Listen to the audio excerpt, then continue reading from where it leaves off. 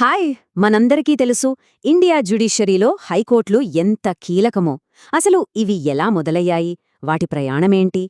ఈరోజు మనం భారతదేశ హైకోర్టుల కథను, వాటి పుట్టుక నుంచి ఇప్పటివరకు ఎలా ఎదిగాయో వివరంగా చూద్దాం.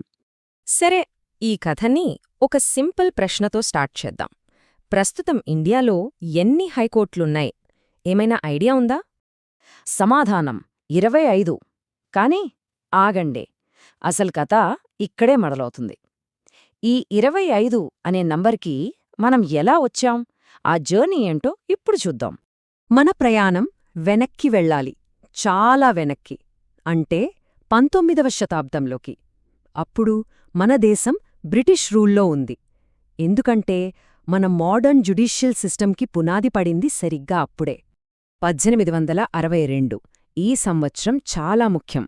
ఎందుకంటే భారతదేశ న్యాయ వ్యవస్థ చరిత్రలో ఇదొక టర్నింగ్ పాయింట్. ఒకే ఏడాదిలో కల్కత్తా, బొంబాయి, మద్రాస్ ఈ 3 చోట్ల ఒకేసారి హైకోర్టులు స్థాపించారు. అంతేకాదు, కేవలం 4 ఏళ్ల తర్వాత 1866లో అలహాబాద్ హైకోర్టు కూడా వచ్చేసింది.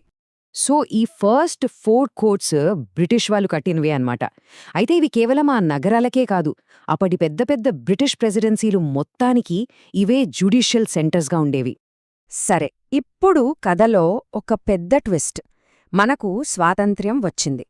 ఒక కొత్త దేశం పుడుతున్నప్పుడు ప్రజలకు నమ్మకం కలిగించాలంటే ఒక స్వతంత్ర న్యాయ వ్యవస్థ ఉండటం చాలా అవసరం కదా. 1947 తర్వాత దేశ నిర్మాణం చాలా వేగంగా జరిగింది. అందులో భాగంగానే కొత్త రాష్ట్రాలకు న్యాయం అందించడం కోసం హైకోర్టుల ఏర్పాటు స్పీడ్ అందుకుంది. పంజాబ్ అండ్ హర్యానా, గౌహాతి, ఒరిస్సా, రాజస్థాన్, కేరళ ఈ హైకోర్టులన్నీ మనకి స్వాతంత్రం వచ్చిన మొదటి 10 ఏళ్లలోనే ఏర్పడ్డాయి. చూడండి, ఒక కొత్త రాజ్యానికి పునాది దాని న్యాయస్థాపన. ఈ మాట ఆ టైంకి పర్ఫెక్ట్గా సూట్ అవుతుంది.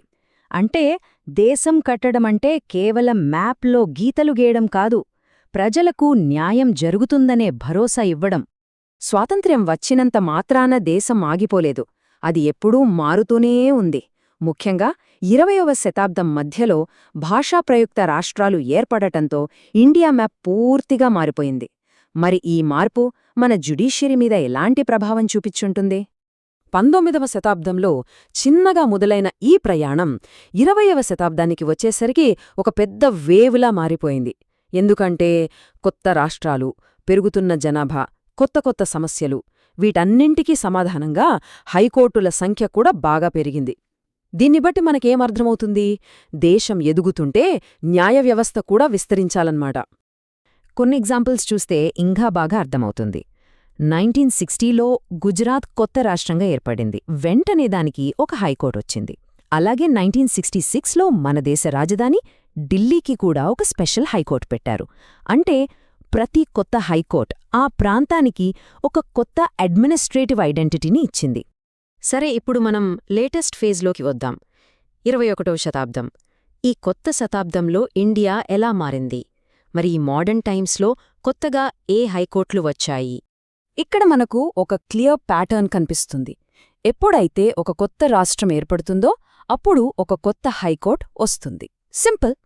2000లో ఉత్తరాఖండ్, ఝార్ఖండ్, ఛత్తీస్గఢ్తో అదే జరిగింది. 2013లో నార్తీస్ట్ రాష్ట్రాలతో, ఇంకా చాలా రీసెంట్గా 2019లో ఆంధ్రప్రదేశ్, తెలంగాణలతో కూడా అదే రిపీట్ అయింది. అసలు దీని వెనకున్న మెయిన్ ఐడియా ఏంటి? సింపుల్. న్యాయాన్ని ప్రజలకు దగ్గరగా తీసుకెళ్లడం. కొత్త రాష్ట్రాలు ఏర్పడి వాటి క్యాపిటల్స్లో హైకోర్టులు వస్తే జనాలకు జస్టిస్ ఈజీగా యాక్సెసిబుల్ అవుతుంది. సో మనమొకటి గమనించాలి, ఇండియా మ్యాప్ మారిన ప్రతిసారి మన జ్యుడిషియరీ మ్యాప్ కూడా మారుతూ వచ్చింది. అంటే బ్రిటిష్ కాలంలో మొదలైన కోర్టుల నుంచి ఈరోజు మన మోడర్న్ రిపబ్లిక్లోని కొత్త కోర్టుల వరకు మనం చాలా పెద్ద ప్రయాణాన్ని చూశాం. ఇది కేవలం బిల్డింగుల కథ కాదు, ఇది మన దేశం యొక్క ఆశలు, ఆశయాలు, ఇంకా మన ఎదుగుదలకి ఒక అద్దం లాంటిది. ఒకసారి ఊహించుకోండి, ఒకవైపు 1862 నాటి క్లాసిక్ బ్రిటిష్ ఆర్కిటెక్చర్తో కలకత్తా హైకోర్ట్, మరోవైపు 2019లో కట్టిన మోడర్న్ బిల్డింగ్స్తో తెలంగాణ, ఆంధ్రప్రదేశ్ హైకోర్టులు. ఈ రెండింటి మధ్య గ్యాప్ అక్షరాల 157 ఇయర్స్. ఈ గ్యాప్లోనే మన దేశ చరిత్ర మొత్తం ఉంది.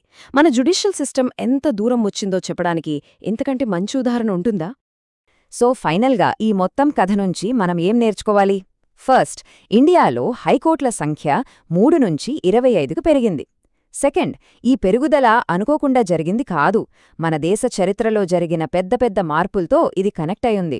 థర్డ్, ఈ హైకోర్టుల ప్రయాణమే మన దేశ ప్రయాణం. ఇక అన్నింటికన్నా ముఖ్యమైన పాయింట్, ప్రతి కొత్త కోర్టు న్యాయాన్ని ప్రజలకు ఇంకొంచెం దగ్గర చేయడానికి వేసిన ఒక అడుగు. మరి చివరిగా ఒక ప్రశ్న, ఈ 25 అనేది ఫైనల్ నంబరేనా? భవిష్యత్తులో కొత్త రాష్ట్రాలు ఏర్పడితే లేదా కొత్త అవసరాలు వస్తే ఈ సంఖ్య ఇంకా పెరుగుతుందా? మన ఇండియన్ జ్యుడిషియల్ సిస్టమ్ యొక్క నెక్స్ట్ చాప్టర్ ఎలా ఉండబోతోంది?